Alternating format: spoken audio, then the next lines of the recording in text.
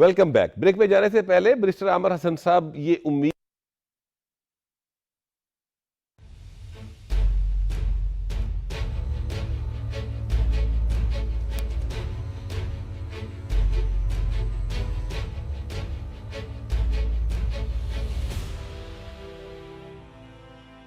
अस्सलाम वालेकुम नाज़रीन, आप देख रहे हैं प्रोग्राम 7 बजे और मैं हूं आपका मेज़बान गौहर भट्ट। पाकिस्तान के अंदर इलेक्शन का सिलसिला जो है वो अब उसमें मज़ीद तेज़ी आती चली जा रही है और पाकिस्तान के इस सिस्टम के ऊपर जो मौजूदा इस वक्त निज़ाम चल रहा है उस पर लोगों का एतमाद में इजाफा हुआ है, जिसका सबूत ये है कि आम इंतखाबात के लिए 28,626 लोगों ने कागजात नामजदगी जमा करवाए हैं, जो कि आज तक के जितने भी इंतखाबात हुए हैं उनमें सबसे ज़्यादा तादाद ये है। मियां नवाज शरीफ साहब के कागजात का मामला भी है और बिलावल भुट्टो जरदारी भी लाहौर से इलेक्शन कंटेस्ट कर रहे हैं। इन सारी इशूज़ के ऊपर हम बात करेंगे। हमारे साथ स्टूडियोज़ में इस वक्त मौजूद हैं जनाब सईद चौधरी साहब और मुबशिर बुखारी साहब, दोनों बहुत सीनियर तजिया निगार और सहाफ़ी हैं। जनाब सईद चौधरी साहब, आपसे बात का आगाज़ करते हैं। लोग कह रहे थे, कोई एक पार्टी बड़ा वावेला कर रही थी कि जनाब इलेक्शन कमीशन की साख नहीं है और पता नहीं लोगों का एतमाद ख़त्म हो रहा है।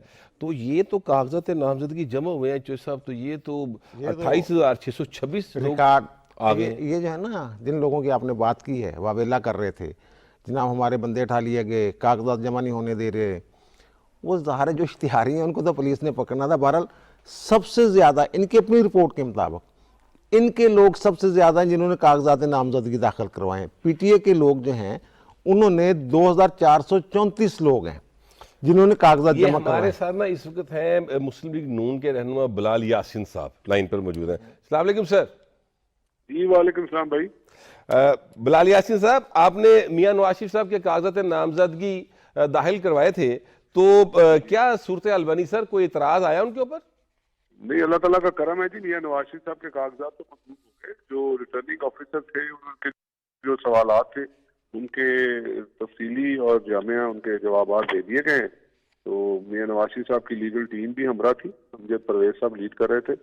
तो अल्लाह ताला का शुक्र अदा करते हैं कि मियां नवाज शरीफ साहब के कागज किसी किस्म का कोई ऑब्जेक्शन नहीं आया और जो हतमी फहरिस्त है वो तो 30 दिसंबर को लगनी है और इंशाल्लाह हमें यकीन है कि मियां नवाज शरीफ साहब एलिजिबल होंगे इलेक्शन लड़ने के लिए।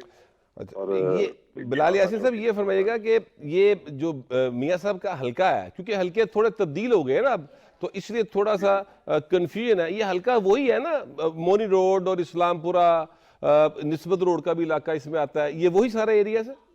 जी बिल्कुल जी। मियां नवाज शरीफ साहब यहाँ से कई मरतबा मुंतखब हो चुके हैं और उसके बाद मुझे खुद मियां नवाज शरीफ साहब ने यहाँ से 4-5 मरतबा टिकट दी। मैंने भी रहा, एमपी भी रहा और ये मियां नवाज शरीफ साहब के वालों का हल्का है। इंशाल्लाह अल्लाह करम करेगा, वन साइडेड इलेक्शन होगा और मियां नवाज शरीफ साहब भारी अक्सर से इंशाल्लाह जीतेंगे। बिलाल यासिन साहब ये फरमाइएगा कि ये जो आपके मद्दे मुकाबल जो भी कैंडिडेट्स हैं वो कह रहे हैं कि महंगाई बहुत ज़्यादा है, वो ये कह रहे हैं कि जनाब हालात बड़े ख़राब हैं, तो मुस्लिम लीग नून जो है उनके पास कोई बयानिया नहीं है। आप देखते हैं इसका कोई असर आएगा आपके इस इलेक्शन में? हमारी परफॉर्मेंस इंशाल्लाह ना, हमारी जो जो परफॉर्मेंस रही है वो हमारा बयानिया बनेगी इंशाल्लाह। पता है पाकिस्तान के लोगों को और बिलखुसूस जो हल्का इस वक्त हल्के की पॉलिटिक्स हो रही है, तो हल्के के लोगों को पता है कि मियां नवाज शरीफ जब जब आए हैं, जब जब शहबाज शरीफ की गवर्नमेंट आई है तो डिलीवर किया गया है। और चाहे वो लोकल इश्यूज हो, चाहे वो आपके प्रोविंशियल इश्यूज हो या नेशनल इश्यूज हो, उसी वक्त तक लोगों की मदद या उनको उनकी इश्यूज को एड्रेस किया गया जब जब मियां नवाज शरीफ की हुकूमत हुई है। और बिल्कुल यकीन के साथ कहते हैं कि लोगों का फैसला मियां नवाज शरीफ साहब के हक में होगा। ये शहर लाहौर मियां नवाज शरीफ का शहर है और यहाँ पे मियां नवाज शरीफ से लोग बेपनाह मोहब्बत करते हैं, कोई ऐसी परेशानी नहीं। हाँ, वो तो जो लोग इस तरह का प्रोपोगंडा कर रहे हैं वो तो कल को ये भी कहते थे कि मियां नवाज शरीफ पाकिस्तान भी आएंगे, ये भी तो रिकॉर्ड का हिस्सा है ना। तो मियां नवाज शरीफ पाकिस्तान आ भी गए। मियां नवाज शरीफ इंशाअल्लाह अज़ीज़ 2-1 दिन में एलिजिबल हो, ऑफिशियली अनाउंसमेंट भी हो जाएगी, एलिजिबल हो गए इलेक्शन लड़ने के लिए। और मियां नवाज शरीफ अल्लाह के फजलो करम से, अवाम की ताईद से ये चौथी मरतबा प्राइम मिनिस्टर भी बन जाएंगे और वहीं से सफर स्टार्ट करेंगे जहाँ से ये पाकिस्तान की वो जो हंसता बसता पाकिस्तान था 2017 या 18, वहां से इंशाल्लाह सफर तय करेंगे। और पाकिस्तान की अवाम जो इस वक्त मुश्किल में है, बिल्कुल मुश्किल में है, महंगाई ने जो है पाकिस्तान की आवाम का 2 वक्त का जो निवाला है उसको छीन लिया है। बिल्कुल लोगों में एक अजीब सी कैफियत है। तो इन सारी चीजों को एड्रेस करने के लिए आए हैं और अल्लाह से मदद मांगते हैं और इस चैलेंज को कबूल करेंगे और अवाम में रिलीफ देंगे। बिलाल यासीन साहब, बिलावल भुट्टो जरदारी साहब जो है वो भी लाहौर से इलेक्शन कंटेस्ट कर रहे हैं। जाहिर है कि वो ये हल्का तो नहीं है, वो तो NA 127 से इलेक्शन कंटेस्ट कर रहे हैं। लेकिन जब एक इस लेवल का लीडर पार्टी का चेयरमैन इलेक्शन कंटेस्ट करता है तो जो उस जिले के या उस इलाके के लोग होते हैं वहां पर उनमें जोश और खरोश तो बढ़ता है। आपकी नज़र में इससे कोई आपको यानी मुश्किलात का सामना करना पड़ सकता है लाहौर के अंदर? देखिए जी, ये पॉलिटिकल प्रोसेस है, हर बंदे का हक है वो अपनी किस्मत आजमाई करे, अवाम के पास जाए, अवाम के खुदी देंगे। मगर ये ट्रैक रिकॉर्ड ये बताता है कि लाहौर ने हमेशा मियां नवाज शरीफ के हक में फैसला दिया है। आप लाहौर में जब कभी भी चाहे डिक्टेटरशिप हो, चाहे कि जितने सख्त तरीन हालात मौजूद हो, लाहौर के लोगों ने हमेशा उनका फैसला मियां नवाज शरीफ और मियां शहबाज शरीफ के हक में आया। बहुत मेहरबानी, बहुत शुक्रिया बिलाल यासीन साहब। जी साहब, ये फरमाइएगा जो बात आप कर रहे थे, वो 28,626 लोग जो हैं वो इस सिस्टम के ऊपर एतमाद कर रहे हैं, तो वो जो प्रोपेगेंडा कर रहे थे वो किधर जाएंगे? वो उन्हीं की मैं बात कर रहा हूँ। वो जो कह रहे थे हमारे जनाब उम्मीदवारों को कागजात जमा नहीं करवाने, सबसे ज्यादा कागजात नामजदगी उस जमात की तरफ से हुए। 2434 लोगों ने कागजात जमा करवाए कौमी और सूबाई असम्बलियों में, और नून लीग के हैं 2134 और पीपल्स पार्टी के हैं 1656 या 51 ये कागजात जमा हुए हैं। ये सारा झूठा एक प्रोपेगेंडा था। पुरानी तस्वीरें निकाली गई जनाब, ये बंदे का एक्सीडेंट हो गया, कहा जनाब इसको मारा गया, कागजात छीने से जख्मी हो गया, ठीक है ना। और फिर ये पुरानी बात है। एक खातून जो है उनका जनाब ये देखें पर्स छीन के ले गए, ये मेरा भाई भी बेशर्म है उनके साथ बैठा हुआ, भाई कहे तो शर्म आ रही है। और वो जो फुटेज है उसमें जो बंदा साफ पता लग रहा है कि ये मैनेज करके वीडियो बनाई जा रही। बंदा जाता है जाके झपटता है, खतून थोड़ी सी मेरे ख्याल 7 सेकेंड वो छीनने की कोशिश करता है और फिर जाके पिलर के साथ खड़ा हो जाता है। इस तरह का झूठा प्रोपेगेंडा। और दूसरा आप जो कह रहे हैं बिल्कुल आपने ठीक बात की है, बिल्कुल सही नतीजे पे पहुंचेंगे जब सिस्टम पे लोगों का एतमाद है। अब देखें 2018 में जो लोग थे उन्होंने 21,426 लोग थे 2018 में। उस वक्त सिस्टम में वो थोड़ा सा मामला लोगों का थोड़ा सा थी, कुछ बातें अदम-ए-एतमाद था, कुछ बातें हो रही थी ना। 2013 में 27,951 लोग 91 लोग जो उन्होंने कागजात जमा करवाए थे, यानी कि 2013 में भी लोगों को सिस्टम पे एतमाद था और अब तो उन्होंने रिकॉर्ड तोड़ जो है वो जमा करवाए हैं। तो मेरा ख्याल है कि इलेक्शन कमीशन भी बिल्कुल ठीक जा रहा है। जो शिकायत मेरा ख्याल है मुबारिक साहब, ये जो इत्तेमाद है, जो सियासी कारकुन है ना, जो जाहिर है ये आए हैं इलेक्शन के टेस्ट करने के लिए, ये सियासी कारकुनों का इत्तेमाद है इलेक्शन कमीशन के ऊपर, क्योंकि उन्होंने अपने टन्योर में जितना भी आप ये देखें इलेक्शंस हुए इनके टन्योर में, ज़िमनी इंतखाबात हों या बल्दियाती इंतखाबात हों, हर एक नतीजे को हारने वाले ने भी तस्लीम किया है और ऐसा नहीं हुआ कि धांधली का इल्ज़ाम आया। हाँ, को थोड़ी बहुत जो है वो इरेगुलरिटी की बातें ज़रूर हुई हैं मगर उसको भी एड्रेस कर लिया गया। तो ये एक जो एतमाद है, ये तो मेरा ख्याल हमारी जो जमहूरियत है उसके लिए बेहतरी की तरफ जा रही चीज़ है। जी बिल्कुल, चौधरी साहब ने जो स्टैटिस्टिक्स पेश किए, एक तो सबसे पहले उस प्रोपेगेंडा को एक्सपोज होता है कि जी हमारे उम्मीदवारों को नॉमिनेशन पेपर्स नहीं जमा करवाने दिए जा रहे। दूसरी बात यह कि जब मैक्सिमम पार्टिसिपेशन होती है और इंक्लूसिव पार्टिसिपेशन होती है, यानी जिसमें आप जो हमारी नॉन मुस्लिम कम्युनिटीज़ हैं, ख़वातीन हैं, उनकी पार्टिसिपेशन भी इस दफ़े अच्छी खासी नज़र आ रही है। और यही चीज़ है जो ये बताती है कि ओके कौम ने बकलब किया हुआ है और ट्रस्ट कर रहे हैं।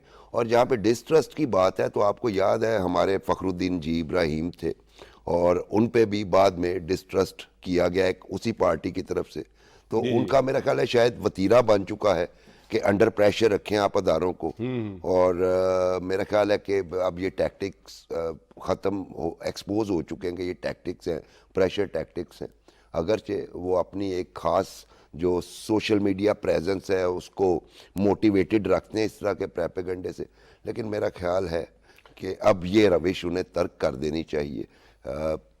और ये जो मैं इसके लिए क्या लफ्ज़ इस्तेमाल करूँ, मुनाफिकाना तर्ज अमल, कि आपके सबसे ज़्यादा कैंडिडेट इस वक्त फील्ड में आपके हैं, और उसके बाद भी आप अगर ये कहें कि हमारे पेपर छीने जा रहे हैं, तो बाकियों के फिर विड्रॉ करवा के नहीं कि जमा करवा दीजिए, यही कहा जा सकता है। यही कहा जा सकता है। चेशब, ये मियां नवाज शरीफ साहब के हवाले से NA 130 में उन्होंने कागजात नामजदगी जमा करवाए हैं, और बहुत सारे लोग ये बातें कर रहे थे कि मियां साहब कुछ कानूनी रुकावटें मौजूद हैं।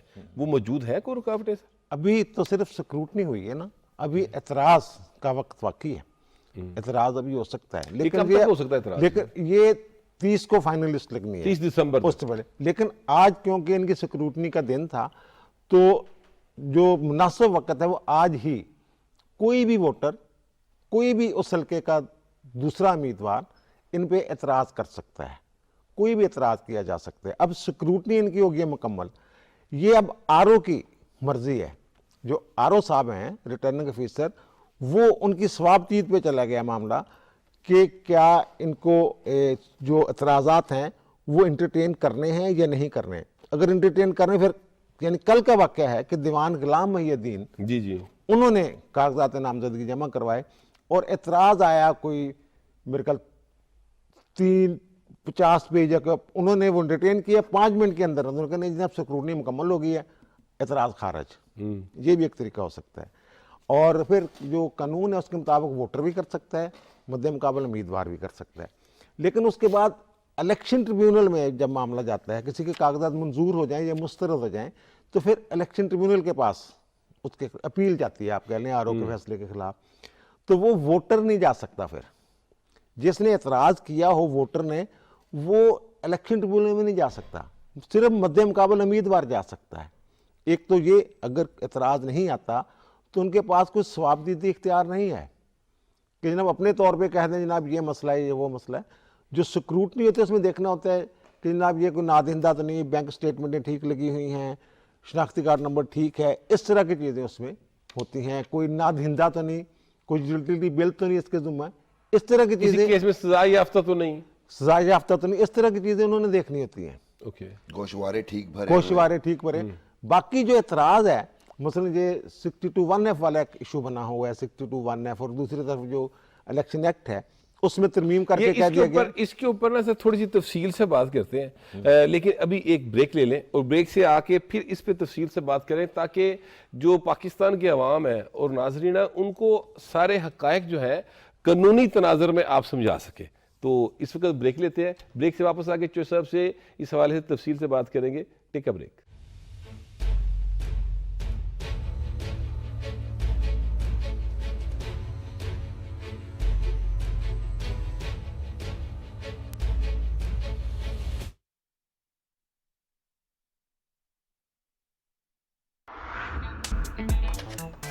कैश की जरूरत हो तो पूरा करता है मेरा पेपाक कार्ड। जानी और माली तहफ्फुज़ देता है मेरा पेपाक कार्ड। अपने बैंक से पेपाक डेबिट कार्ड नाम लेकर तलब करें। Choose hope, choose पेपाक।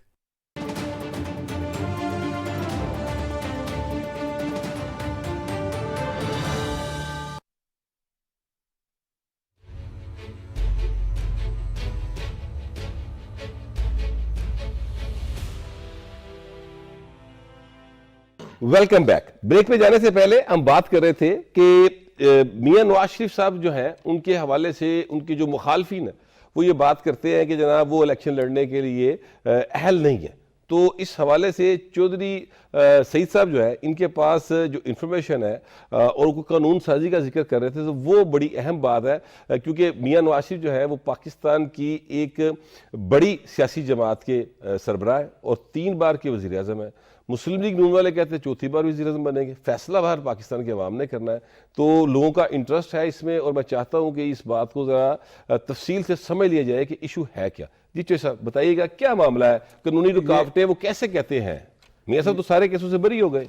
ये वो पनामा वाले केस में इनको जो सजा हुई थी नहल, वहां से मामला है। वो जो पनामा के नतीजे में 3 रेफरेंस बने थे, पनामा नहीं, वो अकामा का केस था। पनामा में से अकाबा निकाला ना इन्होंने, ओके। ठीक है ना। तो वो तो इन्होंने वो ब्लैक लॉ डिक्शनरी से निकाला जनाब के जो तनख्वाह काबिल वसूल होती है लेकिन वसूल ना की जाए वो भी आमदनी में इजहार करनी होती है, इस तरह करके कामा निकाल के इनको किया था। तो उस वो भी एक जो मुतनाज़ा फैसले हैं ना मुल्क की तारीख के, उनमें से उसके बारे में लोग कहते हैं उस तरह की बात हो रही है, बड़ी तनकीद होती है उस पर। तो उसके बाद फिर जनाब ये इनकी दरख्वास्त नहीं थी, कोई नवाज शरीफ की दरख्वास्त नहीं थी, वो कुछ और लोग थे जो 62(1)(f) के तहत नहल कर दिए गए थे, और ताहियात नहली जो थी, आरओज जो थे उनके कागजात एक्सेप्ट नहीं कर रहे थे, इससे मुराद ताहियात नहली है। फिर वो लोग गए थे सुप्रीम कोर्ट में तशरीह के लिए कि 62(1)(f) की तशरीह फरमा दें जनाब। फिर वो 5 रुकनी बेंच बैठा था उस वक्त के चीफ जस्टिस की सरबराही में। तो उन्होंने ये कहा था क्योंकि इसमें मुद्दत नहीं दी गई 62(1)(f) में, सादक और अमीन वाले में, इसलिए इससे मुराद जो है वो ताहियात अहली है। इनको भी बुलाया था, नोटिस जो है नवाज शरीफ को भी किए गए थे कि जनाब आप भी मुतासरा फरीकों में से हैं, तो आप आ जाएं अगर आपने कुछ जवाब देना। तो यहाँ पर इनकी तरफ से पेश हुए थे आजम ज़ीर तारड़, लिखा हुआ उन्होंने बयान पढ़ा था, 1-2 लाइन का सतरी वो था, और उन्होंने कहा था जनाब अगर मैं फरीक नहीं बनना चाहता, अगर मैं फरीक बनना चाहता तो सबसे पहले इन 2 जजों पे एतराज़ करता। उसमें वो जज भी बैठे हुए थे जिन्होंने पनामा वाले केस में इनके खिलाफ फैसला दिया हुआ था। तो वो अब वो कहते हैं जनाब आइन की तशरीह कर दी है सुप्रीम कोर्ट ने, तो वही इस वक्त जो है इनफील्ड है, उसको फाइक पोजीशन है, उसकी हैसियत है। तो दूसरी तरफ इन्होंने जो इलेक्शन एक्ट है उसमें तरमीम करके कह दिया कि आइन के वो आर्टिकल्स जहां ये नहीं लिखा हुआ कि कितनी मुद्दत के लिए नहली होगी, सिर्फ ये लिखा हुआ कि नाहल है, तो वो 5 साल तस्वर की जाएगी। तो ये 5 साल पूरे हो चुके हुए हैं उस कानून के तहत, जी वो तो है पूरे हो गए। अब मसला ये हो गया है, तो इस पे आरओज को अबहाम हो सकता है। अगर सवाल आए वो कहे जनाब सुप्रीम कोर्ट की जजमेंट है, वो कहने जनाब ये कानून है, वो कहने जनाब आइन में तरमीम किए बगैर आप ये कानून नहीं ला सकते थे, 5 साल ख़त्म नहीं कर सकते थे आज़ाद नहली, क्योंकि सुप्रीम कोर्ट कह चुके। इस पे जो अभी कुछ अर्सा पहले, हफ्ता 10 दिन पहले की बात है, इसी तरह के इशू जो है वो सुप्रीम कोर्ट में आया, और फिर सुप्रीम कोर्ट ने उस पर कहा कि जनाब ये अबहाम दूर करना ज़रूरी है। उसके लिए उन्होंने फिर जो कमेटी है supreme court practice and procedure act के तहत जो बेंच बनाती है, उसको मामला रेफर कर दिया था कि इसमें बड़ा बेंच बना दिया जाए, तश्कील दिया जाए, ताकि ये पता चल जाए आरओज को भी और कौम को भी कि कानून आने के बाद क्या 62(1)(f) की जो तशरीह सुप्रीम कोर्ट ने की है वो इनफील्ड है कि नहीं, वो इनफील्ड है जब वो है। तो उस पर अब 7 रुकनी बेंच बन गया हुआ। और 7 रुकनी बेंच ने जो कहते हैं ना पब्लिक नोटिस, अवामन नास को नोटिस के जनाब जो भी मुतासरा बंदा है वो आना चाहिए, वो 2 मेरे ख्याल जनवरी उसकी डेट पड़ी, डेट है। उसके बाद ये मामला बिल्कुल क्लियर हो जाएगा। ठीक है। पाकिस्तान पीपल्स पार्टी के रहनुमा जनाब बैरिस्टर आमर हसन साहब इस वक्त हमारे साथ लाइव में मौजूद हैं। अस्सलाम वालेकुम सर। जी वालेकुम अस्सलाम। जी बच्चा बैरिस्टर साहब, बिलावल भुट्टो जरदारी आपकी पार्टी के चेयरमैन है, वो NA 1 to 7 से इलेक्शन कंटेस्ट कर रहे हैं, आपके ख्याल में जीत जाएंगे सर? बहुत शुक्रिया जी, इंशाल्लाह जी। हमने ये हल्का पहले हमने जनरल इलेक्शन में यहाँ से उम्मीदवार अपना लेके आए थे CMLN के मुकाबले में, उस वक्त हमने तकरीबन 34,000 वोट किया। और अब आप अगर देखें कि ये जनरल इलेक्शन है, हिंदी में जरा रेशो कम होती है, और दूसरा फिर खुद चेयरमैन साहब हैं, और आज हालात भी बड़े अक्सर मुख्तलिफ है। तो इंशाल्लाह ये सीट चेयरमैन बिलावल भुट्टो और एक अरसे के बाद पाकिस्तान पीपल्स पार्टी की क़यादत लाहौर और पंजाब से कॉन्टेस्ट करने जा रही है बीबी के बाद। बीबी ने ये किया था 90s में, उसके बाद हमारे लीडरशिप ने कभी कॉन्टेस्ट नहीं किया पंजाब से, स्पेशली लाहौर से। लेकिन ये एक हमारा हमेशा से रिवायत रही। भुट्टो साहब भी यहाँ से कॉन्टेस्ट करते रहे हैं, मोहतरमा शरीफ भी करती रही। तो चेयरमैन बिलावल भुट्टो इंशाल्लाह कॉन्टेस्ट कर रहे हैं और इंशाल्लाह फतहमंद हो। सर ये कहा जा रहा है कि बिलावल भुट्टो जरदारी चूंकि लियारी से इलेक्शन हार गए थे 2018 के इलेक्शन में, इसलिए इस बार उन्होंने कराची को छोड़कर लाहौर को चूज किया कि यहाँ पर किस्मत आजमाई जाए। कराची में हालात इतने खराब हैं कि बिलावल साहब लियारी से भी इलेक्शन नहीं लड़ रहे। दरअसल पहली दफा कराची के अंदर हमने कौमी असम्बली के वो हल्के भी जीते हैं जो हमें कभी भी हम नहीं जीत पाते, और आपके सामने है वो फैसल वाडा साहब ने सीट छोड़ी, हम जीते। उसके अलावा मलीर के अंदर हम जीते। असल में लियारी का जो हल्का है वहां से एक कॉन्टेस्ट था हम चेयरमैन साहब उतनी ही सीटों पे कॉन्टेस्ट करना चाहते हैं कि कल को छोड़नी पड़े तो ज्यादा ना हो, ताकि ऊपर फिर वो सीटें कंसिडर नहीं होती हैं उस वक्त जब आप जीत के जाए, तो वो गिनती में नहीं आती है। तो इतनी ज्यादा फिर वो कॉन्टेस्ट नहीं कर रहे हैं। लियारी से इस वक्त हमारे पास कैंडिडेट स्ट्रॉन्ग आपको पता है कि काफी हैं। पिछले इलेक्शन के अंदर जब जिम्नी होने जा रहे थे लियारी में, तो नबील गगोल साहब को पार्टी ने टिकट दिया था, लेकिन वो इलेक्शन बोलते भी हो गए।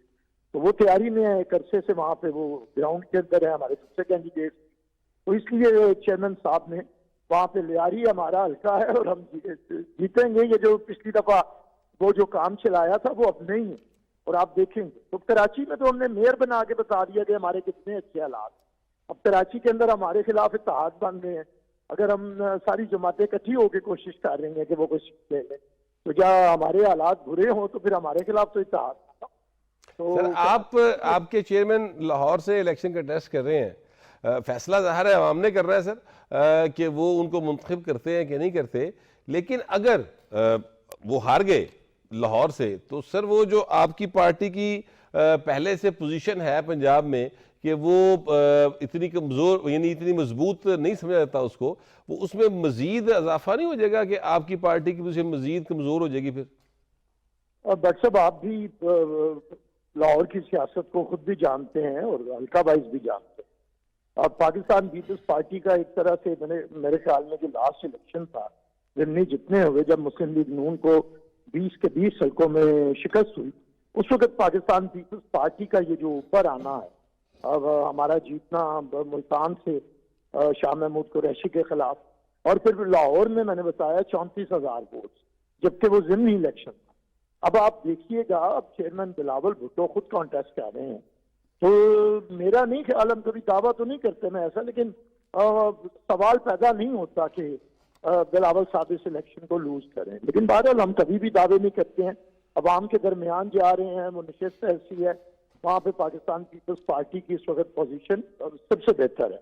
तो हमें तो उम्मीद है कि चेयरमैन साहब जी, चलिए ये तो एक और सीट अगर हो गई ऐसा ना कोई सर। हालात हुए, मैं आपकी बात का जवाब दे दूंगी। अगर हालात देखिए, किसी एक नशिस्त से ये कह देना कि हालात कैसे हो रहे हैं, हम पंजाब में पहले से बहुत बेहतर परफॉर्म करेंगे, और मैं ये महज दावेदारी पे, मेरा आपको पता है आपसे एक अरसे का ताल्लुक है, मैं कभी भी दावेदारी पे ना तो यकीन रखता हूँ, ना महज ऐसे झूठे दावे करता हूँ कि कल को शर्मिंदा होना पड़े। लेकिन मैं आपको प्रैक्टिकली बात बताता हूँ कि पंजाब के अंदर, पंजाब ही इस वक्त, सेंट्रल पंजाब ही बैटल फील्ड है ये जो पॉलिटिकल है, और उसके अंदर PMLN सब लोग कह रहे हैं, लेकिन मैं एज अ पोलिटिकल वर्कर देख रहा हूँ, उनका वोटर ठीक है उनके साथ है, लेकिन उनके खिलाफ नफरत बहुत है, गम गुस्सा बहुत है। दूसरी चीज, PTI की उस तरह मौजूदगी नहीं है उनके पास, पोटेंशियल कैंडिडेट्स हैं। तो अब वो सारा वर्कर जो हमारा गया था, शिफ्ट करवाया गया था बजौर डंडा, बजौर प्रोपेगेंडा, तो वो सारा अब जो वर्कर है उसने वोट तो करना है, वो पोलिटिसाइज हो चुका है।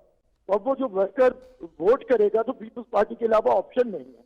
दूसरा, पीपल्स पार्टी के ऊपर इस वक्त कोई बर्डन नहीं है। तो हम पंजाब में पहले से बहुत अच्छा परफॉर्म करने जा रहे हैं, और हम अपना जो 90s के अंदर या 2002 में जो हमने परफॉर्म किया था और उसके बाद कमी हुई है, वो इंशाल्लाह हम अपना रिस्टोर करने जा रहे हैं।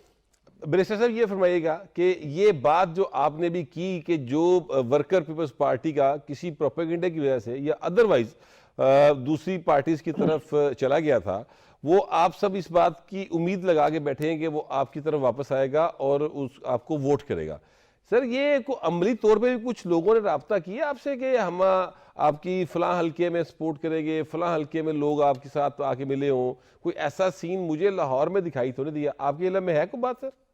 नहीं, बहुत ज्यादा है। मतलब अगर आप ग्रास रूट लेवल पे आए तो वो वर्कर, वो लोग जो वोट कर रहे थे या जो PTI की तरफ जा चुके थे, उनके लिए ऑप्शन नहीं है। मैं अपने भी इलाके की अगर बात करूं, यहाँ पे या जहाँ पे हमारा ताल्लुक रहता है, तो वो लोग देख रहे हैं। अभी एक तो देखिए, असल में हमें पंजाब के अंदर जो हमने मुफाहमत की सियासत की है, उसका नुकसान भी हुआ है, और उसे हमने कोई इस तरह नहीं लिया क्योंकि हमने बड़े कॉज के लिए मुफाहमत की थी पाकिस्तान के अंदर, आइन की रेस्टोरेशन के लिए, जमहूरियत की रेस्टोरेशन के लिए, तो हमने उस पर कोई कुर्बानियां और कुछ उसका हमने खुमियाजा तो भुगतना पड़ा। लेकिन अब वो लोग देख भी रहे हैं कि हम लोग जो करते हैं वो मुफाहमत मुल्क के लिए करते हैं और मुजाहिमत भी मुल्क के लिए करते हैं। तो अब वो वर्कर इस चीज को देखेगा, वो वर्कर ये भी जान रहा है अब वो वर्कर लामहल्ला उधर तो नहीं जाएगा PMLN के खिलाफ।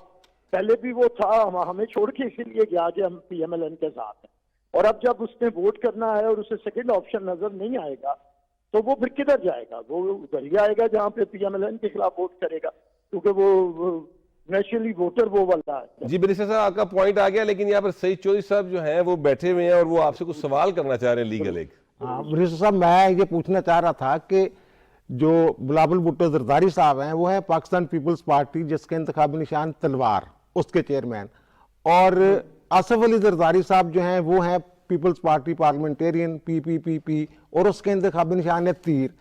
अब जो इलेक्शन एक्ट है वो ये कहता है, उसका सेक्शन 203 सब सेक्शन 203 और फिर सब वो ये कहता है कि कोई भी फर्द, कोई भी शख्स दो पार्टियों का बेवकूफ मेंबर नहीं हो सकता।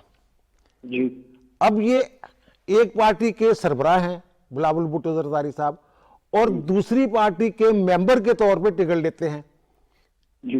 टिकट तो तीर का लेते हैं ना, निशान, इंतखाब निशान। और अर्ज कर दूं, जब ये बयान अल्फी दाखिल होता है नामजदगी वाला, उसमें लिखा होता है कि मैं खाली जगह पार्टी का मेंबर हूं या मैं आजाद हूं, तो वहां तो पीपल्स पार्टी पार्लियामेंटेरियन लिखा जाता है।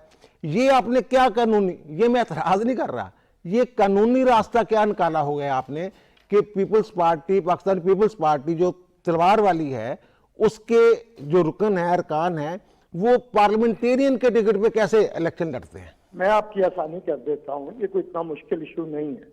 जो दो सियासी जमातें हैं और उनका आपस में अलायंस हो जाए, तो जिस सियासी जमात के अलायंस के साथ वो इत्तेहाद लड़ना चाहे वो लड़ सकते हैं, और इसी कानून के तहत हम लड़ रहे हैं, पहली बात।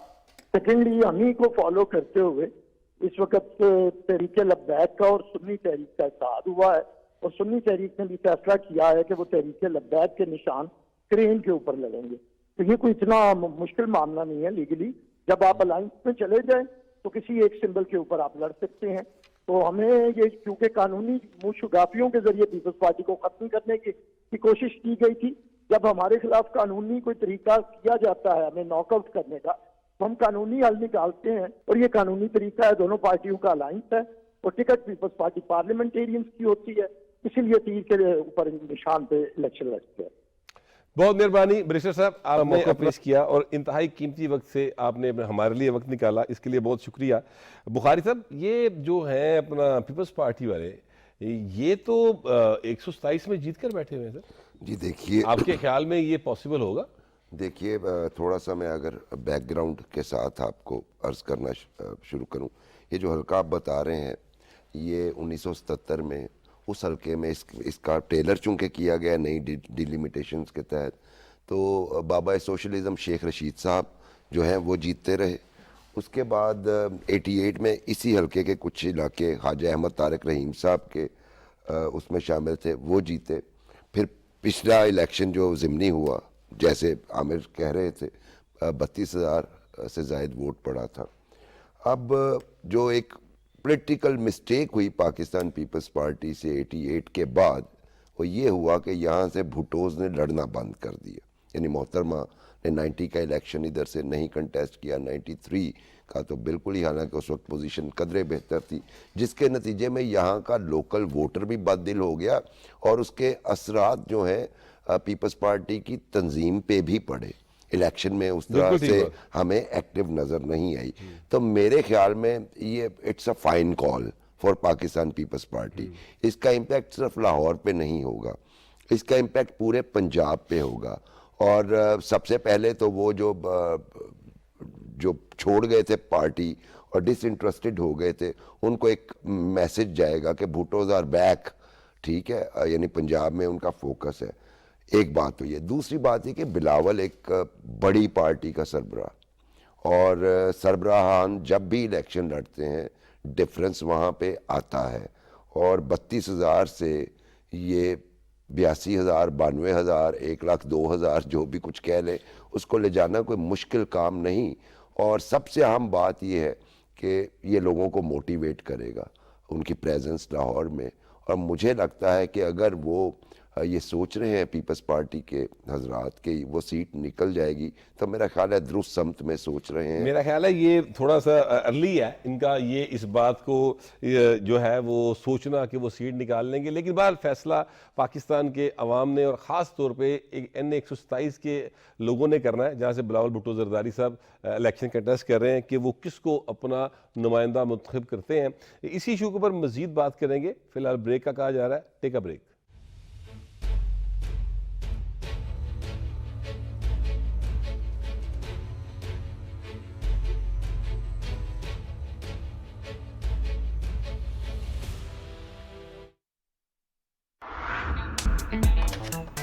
कैश की जरूरत हो तो पूरा करता है मेरा पेपाक कार्ड। जानी और माली तहफ्फुज़ देता है मेरा पेपाक कार्ड। अपने बैंक से पेपाक डेबिट कार्ड नाम लेकर तलब करें। Choose hope, choose पेपाक।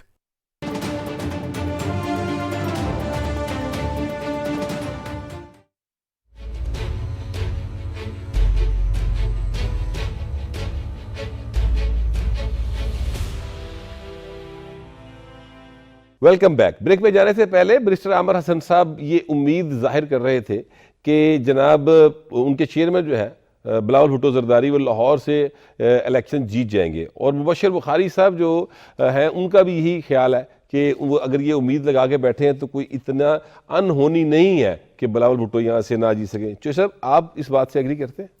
यार ये सियासत में कुछ भी जो है वो हो सकता है, कोई चीज़ भी हतमी नहीं होती। अवाम जो इलाके हैं वो वहाँ जो वर्कर्स की आबादियाँ हैं वहाँ बहुत ज़्यादा हैं, उनका एक ख़ास लगाव है पीपल्स पार्टी के साथ। वो ये समझते हैं कि जनाब हमें जीना जुल्फ़िकार अली भुट्टो ने सिखाया था, और ये नवासे हैं जुल्फ़िकार अली भुट्टो के, और उनके साथ भी शहीद लगता है, और मोहतरमा बेनज़ीर भुट्टो जो हैं वो भी शहीद हैं। तो ये यानी कि शहीदों के ख़ानदान का एक नौजवान है, नुमाइंदा है जो आ रहे हैं, और हमारे दुख दर्द में शरीक होने वाले ये लोग हैं। इस हद तक तो बात ठीक है, लेकिन जो लाहौर का माहौल है, सियासी माहौल, उसमें ये बहुत आसानी के साथ, जैसे वो कह रहे हैं, सीट निकालना इनके लिए आसान नहीं होगा। जो इनके मध्य मुकाबले हैं शायद अली परवेज मलिक, वो भी मुस्लिम लीग ने टिकट फाइनल नहीं किया। हाँ, चलो जो भी कौन होगा, मगर पहले अली परवेज मलिक की वालिदा अगर शाइस्ता परवेज मलिक साहबा वहां से इलेक्शन जीती हुई है, उस हल्के से जीती हुई है। बार वो नून लीग वहां से सीटें निकालती रही है, सीट निकालती हाँ, रही, ये वाली 88 के बाद से थ्रू आउट नून लीग। लेकिन ये एक अच्छा साइन है कि वो लाहौर से भुट्टो खानदान जो है दोबारा इलेक्शन की तरफ आया है। बहुत अरसे से 90 की दहाई में एक आध मरतबा, मेरे ख्याल 77 के बाद शायद 88 में बेनज़ीर भुट्टो साहब ने लड़ा था, NA 93 हुआ करता था, 93 अब वो ये भगवानपुरे वाला एरिया था। तो बहरहाल ये अच्छा साइन है, जमात के लिए अच्छा है। इस दफा नहीं, अगली दफा लोग जो है वो अट्रैक्ट होंगे, कहेंगे जनाब ये तो हमारे संजीदा है पंजाब के हवाले से पहले, क्योंकि ये बड़ा एक तासुर मौजूद है। और जो कराची से जो शहबाज शरीफ साहब इलेक्शन लड़ रहे हैं वो भी अच्छा साइन है। जीतना हारना एक अलग बात है, फिर लोगों के साथ जो उनके राब्ते हो जाते हैं वो जो है वो आगे जाके पार्टी को बड़ी तकवीत देते हैं। मुझे ये लग रहा है कि जनाब ये बहुत अच्छा इन्होंने फैसला किया है लड़ने का। हार जीत को छोड़ दें आप, कि हारते हैं जीते हैं, लेकिन गेन करेंगे, पीपल्स पार्टी वाले गेन जरूर करेंगे इससे। और दूसरा जो सुप्रीम कोर्ट की जजमेंट वो 5 रुकनी बेंच था जिसने ये फैसला दिया था कि ताहजात नहली, अब जो बेंच बना है वो 7 रुकनी है। और सुप्रीम कोर्ट जो रूल्स हैं वो ये कहते हैं कि 5 रुकनी बेंच के फैसले को 5 रुकनी बेंच जो है उसकी, यानी कि जितनी तादाद का बेंच पहले है ना, वो जो फैसला किया हुआ उसने, उसके अगर उल्ट बरक्स फैसला करना है तो फिर उससे बड़ा बेंच होना चाहिए, उससे बड़ा बेंच होना चाहिए। और वो पहले 5 रुकनी था। अगर वो कर भी गया हुआ है कि ताहजात नहली, और खुद ही उस बेंच के रुकन खुद ही कहते रहे जब चीफ जस्टिस थे कि जनाब ये तो ड्रैकोनियन लॉ बन गया हुआ है, ये तो होना नहीं चाहिए। फैसल वापडा वाले केस में आपको याद होगा। तो अब अगर 7 रुकनी बेंच जो है वो उसके उल्ट दे देता है फैसला, या इलेक्शन एक्ट में जो तरमीम की गई उसको भी नज़रअंदाज कर देता है, लेकिन फैसला 62(1)(f का जो नई तशरीह कर देता है कि इससे मुराद 5 साल ही होगा, क्योंकि 63 में जितनी भी नाहलियाँ हैं वो सारी 5 साल के लिए हैं। लिखा हुआ है 5 साल। 30 को फाइनल होने हैं ना कागजात, 30 दिसंबर को होने हैं। हाँ 30 को दिसंबर को, वो ठीक कह रहे हैं। फिर अपीलें होनी है, जी अपील होगी। इलेक्शन ट्रिब्यूनल बने हुए हैं, उनमें अपील जाएगी, उन्होंने देखना है। अगर वहां से भी जो इलेक्शन ट्रिब्यूनल में बड़ी तेजी के साथ ये काम करते हैं, एक दिन में 20-20, 25-25, 30-30 दरखास्तें और अपीलें जो है वो निपटा देते हैं। वो सरसरी समाअत होती है, उसमें कोई नोटिस जारी करके कोई बहुत सारा लंबा चौड़ा काम नहीं होता उसमें। मुकसद दोनों फरीक आए होते हैं, वो मिनटों में उसका हो जाए, और फिर सुप्रीम कोर्ट में भी जा सकते हैं। अगर फिर भी नहीं होता, ये ट्रिब्यूनल्स का टाइम भी गुजर गया, फिर रिट जुडिक्शन में 199 के तहत वो दादरसी के लिए जा सकते हैं। जब हमारे लिए सारे रास्ते बंद हो गए और अब ये हो गया और सुप्रीम कोर्ट का फैसला आ गया।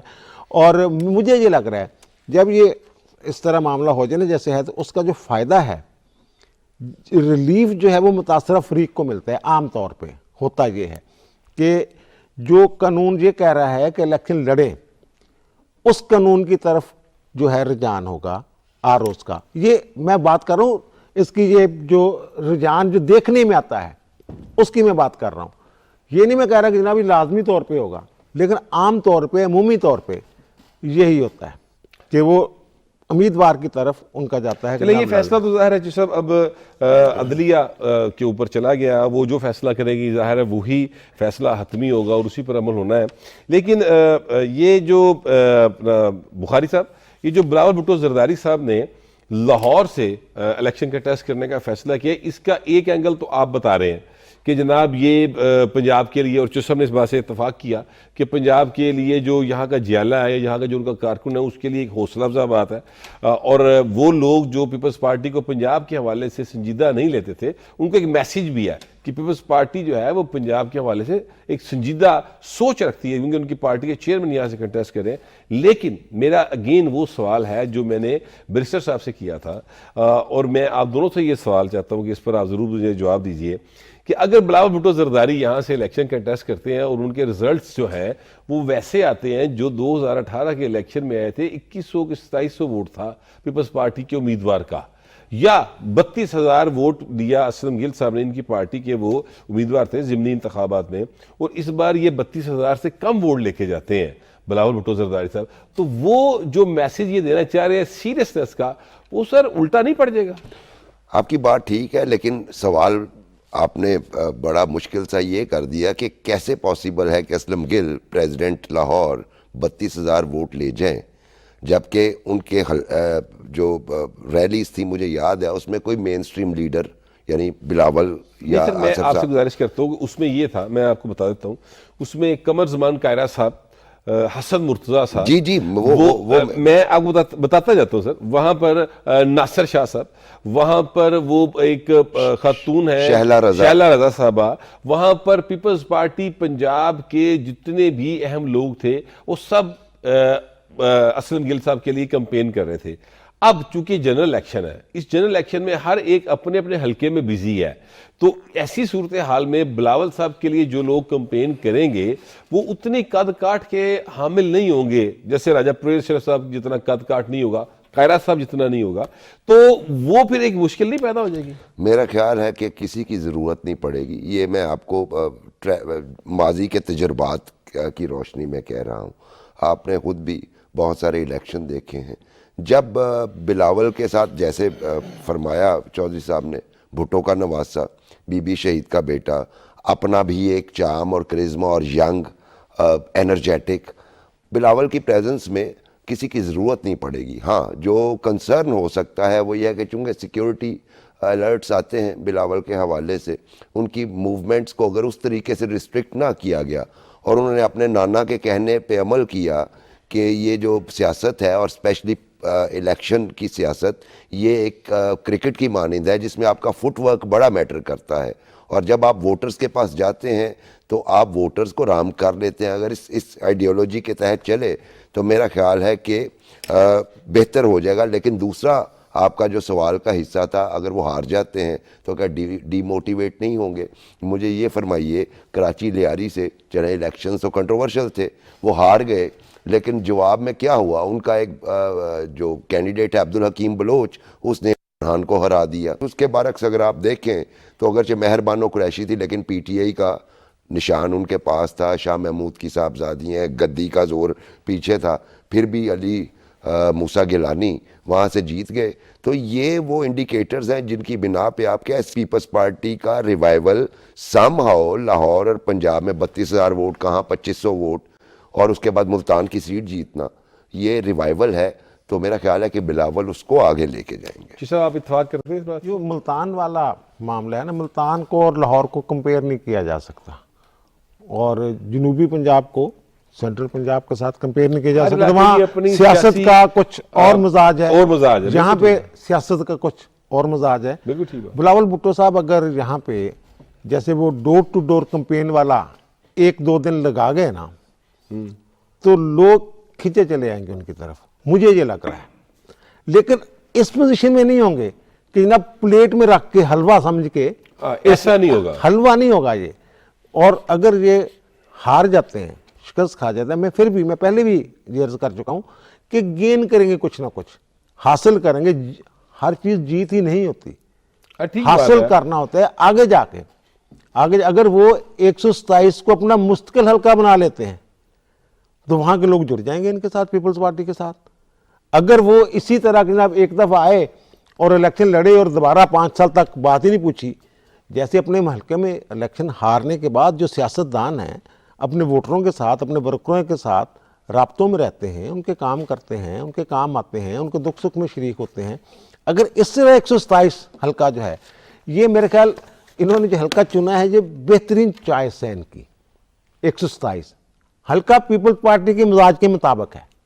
अब ये उसको कैसे कंपेन करते हैं, कैसे मुहिम चलाते हैं, लोगों से राब्ते कैसे करते हैं, उससे फिर वो नतीजा जो होगा, उस पर फर्क पड़ेगा। मैं ये कहना चाह रहा हूँ कि जो गलती की थी आपने, जिसकी तरफ इशारा किया, 88 में बीबी यहाँ से 93 से जीती, उन्होंने वही सीट छोड़ी और फिर वहाँ पे कैंडिडेट मियाँ रफ़ी आपको याद होंगे दिए, जो कि बहुत वीक कैंडिडेट और उनके मुकाबले में उनके नवासे लड़े, उमर हयात साहब, और वो जीत गए। और उसके बाद अगली दफे चॉइस ठीक की, बदकिस्मती सलमान तासीर को टिकट दिया, सिर्फ 5,000 वोट से वो हार गए, जबकि वहाँ पे रिजेक्टेड वोट्स भी 5,000 से जायद थे और वो नैरो मार्जिन से हारते रहे। लेकिन वो एक गलती ना की होती, वो सीट बीबी रिटेन कर लेती, तो शायद आपके लाहौर को छोड़ के पंजाब के हालात भी मुख्तलिफ होते। बिल्कुल ठीक बात है। अब ये जाहिर है कि फैसला लाहौर के अवाम समेत पूरे पाकिस्तान के अवाम ने करना है। 8 फरवरी को इलेक्शन होगा। अपना वोट ज़रूर कास्ट करें, क्योंकि ये हम सब पर फ़र्ज़ है कि हम अपने हुक्मरानों को खुद चूज़ करें, अपनी मर्ज़ी के साथ चूज़ करें। ये हमारा आज का प्रोग्राम था।